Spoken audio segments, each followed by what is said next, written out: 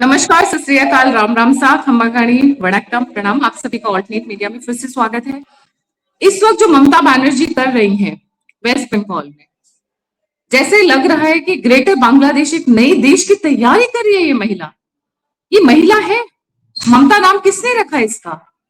मतलब ये अपने आप से इलेक्शन कमीशन को, अपने आप से सुप्रीम कोर्ट को, अपने आप से देश से ऊपर समझती है। हमारे साथ जुड़े हैं संदीप सिंह जी। संदीप भाई, very warm welcome on the show. Let's get started. Over to you जी। नमस्ते गायत्री जी, सारे दर्शकों को नमस्कार। सबसे मेन बात है कि ममता बनर्जी नेता नहीं है। ममता बनर्जी सिर्फ और सिर्फ मुखौटा है। इस्लामिक वोट बैंक जिसने कब्जा कर लिया है पश्चिम बंगाल पर, और उसी की हरकतें, उसी का प्रोसेस, उसी का चरित्र, उसी के कुकर्म आपको दिखेंगे पश्चिम बंगाल में। जैसा पाकिस्तान में होता है, जैसा अफगानिस्तान में होता है, जैसा ईरान में होता है, वही आप, और जैसा बांग्लादेश में होता है, वही आपको हरकतें, सेम हरकतें। भाई 33% हो गए हैं तो क्या करेंगे? यही करेंगे जो कर रहे हैं। ममता बनर्जी मात्र एक मुखौटा है और यह इस्लामिक वोट बैंक सदैव करता है। ठीक है। आप इन्होंने पर संदीप भाई, इन्होंने जुडिशियल ऑफिसर्स को बंदी बना लिए। अच्छा, वो 22 लोग जिन्होंने मालदा में वायलेंस किया था, उनको तो पुलिस सुतिया कर, मार कर, पिछवाड़े पे डंडा बरसा कर लेकर जा रही है। कितना सच है ये? अब वही कह रहा हूं कि जब मुस्लिम वोट बैंक अपने चरम पर उतर आया है तो हिंदू वोट बैंक को भी तो सामने आना पड़ेगा ना। और मोदी जी को लोग लाख कह रहे हैं कि अरे इन्होंने 356 नहीं लगाया, मुख्यमंत्री नहीं हटाया। नहीं हटाएंगे। ममता बनर्जी तानाशाह है। इस्लाम आपको सदैव एक तानाशाह रूलर देता है। और तानाशाह को सबसे ज्यादा डर किससे लगता है? उसको दूसरे नेता से नहीं लगता, उसको जनता से लगता है। बंगाल की जनता जाग रही है, इसलिए ममता डरी हुई है। और इस बंगाल की जनता को जागने का जो सबसे बड़ा मौका है वो किसने दिया है? सबसे पहले लोकतंत्र के माध्यम से एसआईआर ने दिया है। ठीक है। दूसरा, ममता बनर्जी का सारा जो सिलेबस था, मैं जानना चाहती हूँ, आज की जो डेवलपमेंट्स हैं वो भारत के इतिहास में पहली बार वो डेवलपमेंट्स आएंगे। I want to know that first please. Yes, देखिए, सुप्रीम कोर्ट के द्वारा अपॉइंटेड गए जो जुडिशियल अथॉरिटीज थी उनको मुसलमान मार रहा है, और सिर्फ मुसलमान मार रहा है और कोई नहीं मार रहा है। 21 मई 2021 में जब पिछली बार ममता बनर्जी की सरकार बनी थी, तब हिंदू मारा जा रहा था और इसी सुप्रीम कोर्ट के सामने जेसाई दीपक पर तमाम वकील पहुंचे थे कि सर, हिंदू मारा जा रहा है, कृपया स्वतः संज्ञान लीजिए। 3 महीने तक इसी सुप्रीम कोर्ट ने उन 80,000 हिंदुओं की व्यथा नहीं सुनी थी। तो आज तुम्हारे द्वारा अपॉइंटेड किए हुए जुडिशियल अधिकारी मारे जाएंगे, पीटे जाएंगे, तुमको देखना पड़ेगा। तुम केंद्र, लोग कहते हैं कि केंद्र सरकार सुप्रीम कोर्ट के कंधे पर रख के गोली चला रही है। नहीं, सुप्रीम कोर्ट जो है अपनी जिम्मेदारी से बच रहा था और केंद्र सरकार के कंधे पर रख के गोली चलाने जा रहा था कि हे केंद्र सरकार, तुम 356 लगाओ। मोदी जी ने कहा नहीं, ये तुम्हारे पाप है, तुम्हारे कुकर्म है, तुम ही झेलोगे। तुम कॉन्स्टिट्यूशन के सबसे बड़े वो बनते हो, गार्जियन। तुम्हारी कॉन्स्टिट्यूशनल प्रोसेस वहां पर फॉलो हो रही कि नहीं हो रही, तुम ही देखोगे। और तुम्हारा ही काम है कॉन्स्टिट्यूशनल प्रोसेस इंप्लीमेंट करवाना। यस, आसमानी समुदाय ने जुडिशियल ऑफिसर्स को घेर दिया था, मारना चाह रहे थे, पीटना चाह रहे थे, उनको आसमानी समुदाय के लिए जुडिशरी, सीबीआई, ईडी कुछ, भाई ये सुप्रीम कोर्ट तब कहां था जब सीबीआई के लोग मारे जा रहे थे, ईडी के लोग मारे जा रहे थे, हिंदू महिलाएं मारी जा रही थी? ये सुप्रीम कोर्ट कहां था जी? कितने जुडिशियल ऑफिसर्स थे? जो मेरी नॉलेज के हिसाब से 22 जुडिशियल ऑफिसर्स थे जिनको हाँ, घेर 21 दिया 22 थे। गया था। मैम, वहां की जो महिला जुडिशियल अथॉरिटी का जो वॉइस मैसेज आया है, आप मालदा में ये एक बात बताइए, इतना कॉन्स्टिट्यूशनल ब्रेकडाउन पे मोदी सरकार 356 लगा दे। सुप्रीम कोर्ट के पास जब गया था, जब यह अधिकार, जब वकील लोग लेकर गए थे, और लगातार साल दर साल रामनवमी पर और दुर्गा पूजा पर और मुसलमान क्या कर रहा है, क्या सुप्रीम कोर्ट देख नहीं रही थी, जान नहीं रही थी, मान नहीं रही थी?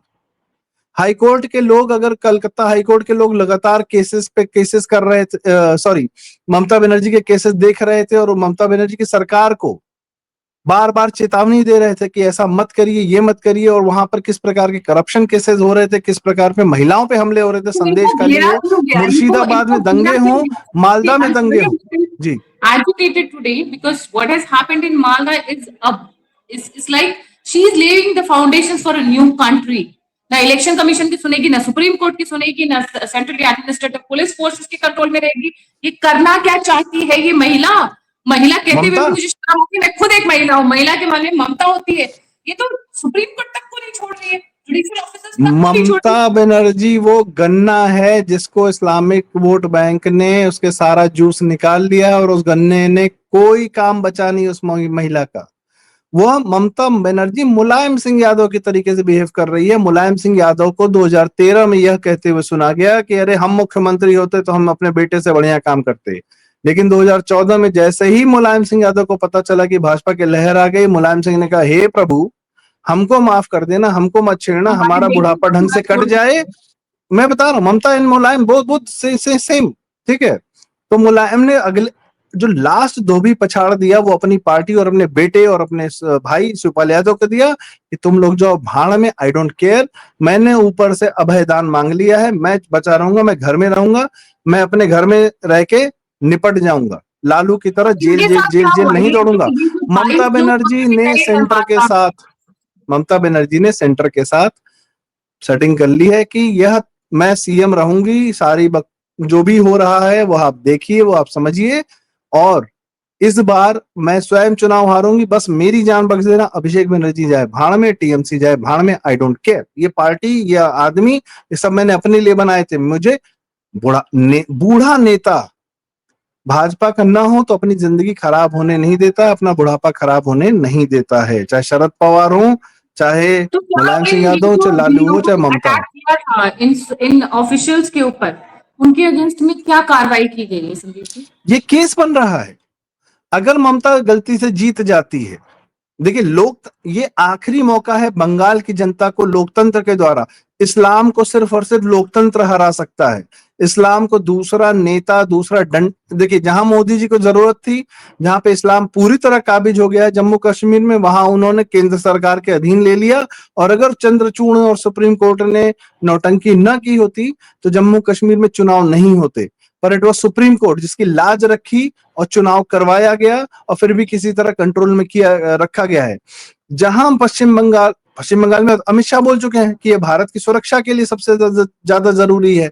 पर मोदी और शाह लोकतंत्र के प्रोडक्ट हैं। वो गुजरात में क्या कहते हैं, गुजरात से निकल कर आए, लोकतंत्र के माध्यम से निकल कर आए। अपनी गुजरात की जनता को पहले उन्होंने 15 साल कन्विंस किया, उसके बाद देश की जनता को मैं कन्विंस किया। गुजरात नहीं जाती हूँ कहीं संदीप जी, ओवर मेरा पूरा जी फोकस इस वक्त वेस्ट बंगाल पे है। इन 22 लोगों को अरेस्ट करने के बाद क्या गया, इनकी सुताई हुई या नहीं, क्या इनको सबक सिखाया गया, नहीं सिखाया गया? ये 22 लोग मैटर नहीं करते हैं। आप इन 22 लोगों के पीछे कौन है वो जनता। इस्लामिक तंत्र में मुसलमान नेता इंपॉर्टेंट नहीं होता है, वो जो इस्लामिक सोच है उसकी जो जनता है, उसका हर आदमी सैनिक है। इस्लाम का तो हर आदमी जिहादी है ना, 5 वक्त का नमाजी नहीं है, 5 वक्त का जिहादी है। जनता, नेता कोई भी हो, doesn't matter, they come from a ideology.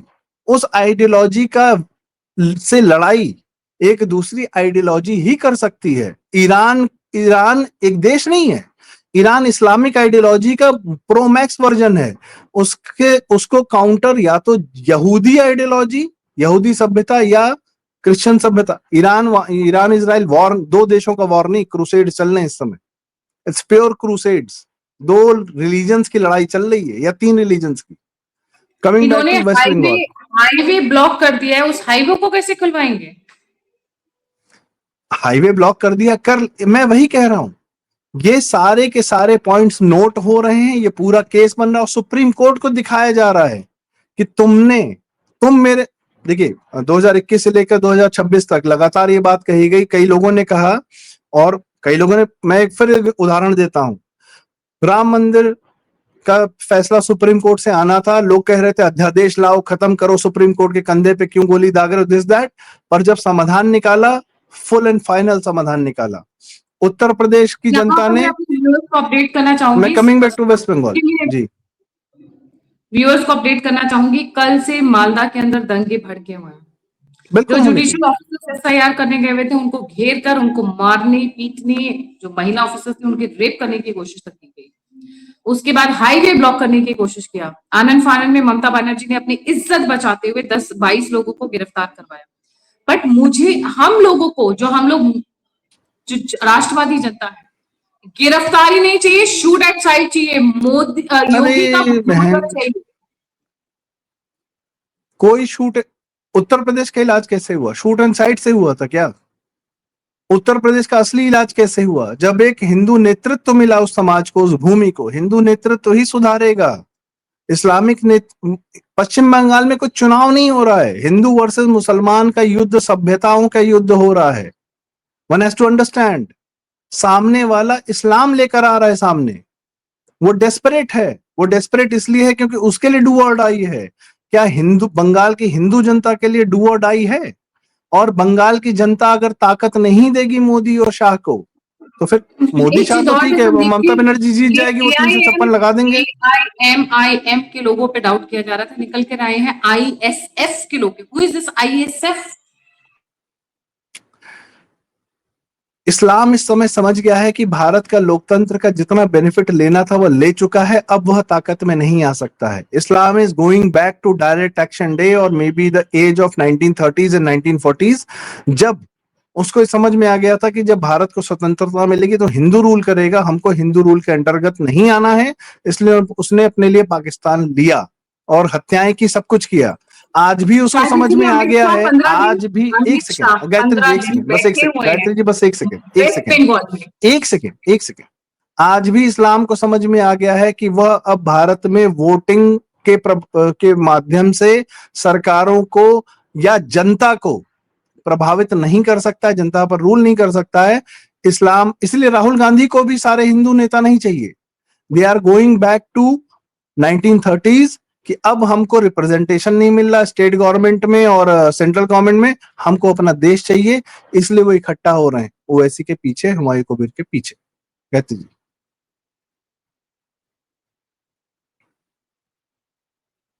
It's a very आप म्यूट है। Shocking development it has come. NIA की और CBI की इन्वेस्टिगेशन की मांग की जा रही है। मालदा में जो हुआ, that is an exceptional incident which has happened. 22 लोगों को अरेस्ट किया गया है, उनके बम पर डंडे बरसे हैं अच्छे खासे, but is it enough? No. It is not bulldozer exceptional. Is enough? No. They need it is not something bigger than exceptional. That. Just because they are judicial authority, is it exceptional? No, it is not. It should not be. CBI के लोग मारे जा रहे थे, तब exceptional क्यों नहीं था? संदेश खली में 200 महिलाओं पे अत्याचार हुआ, रेप हुआ, वो एक्सेप्शनल क्यों नहीं था? एक जुडिशियल महिला को पकड़ लिया, वो एक्सेप्शनल कैसे हो गया? ईडी के लोग मारे गए, आईपैक में मारे गए, वो एक्सेप्शनल क्यों नहीं था?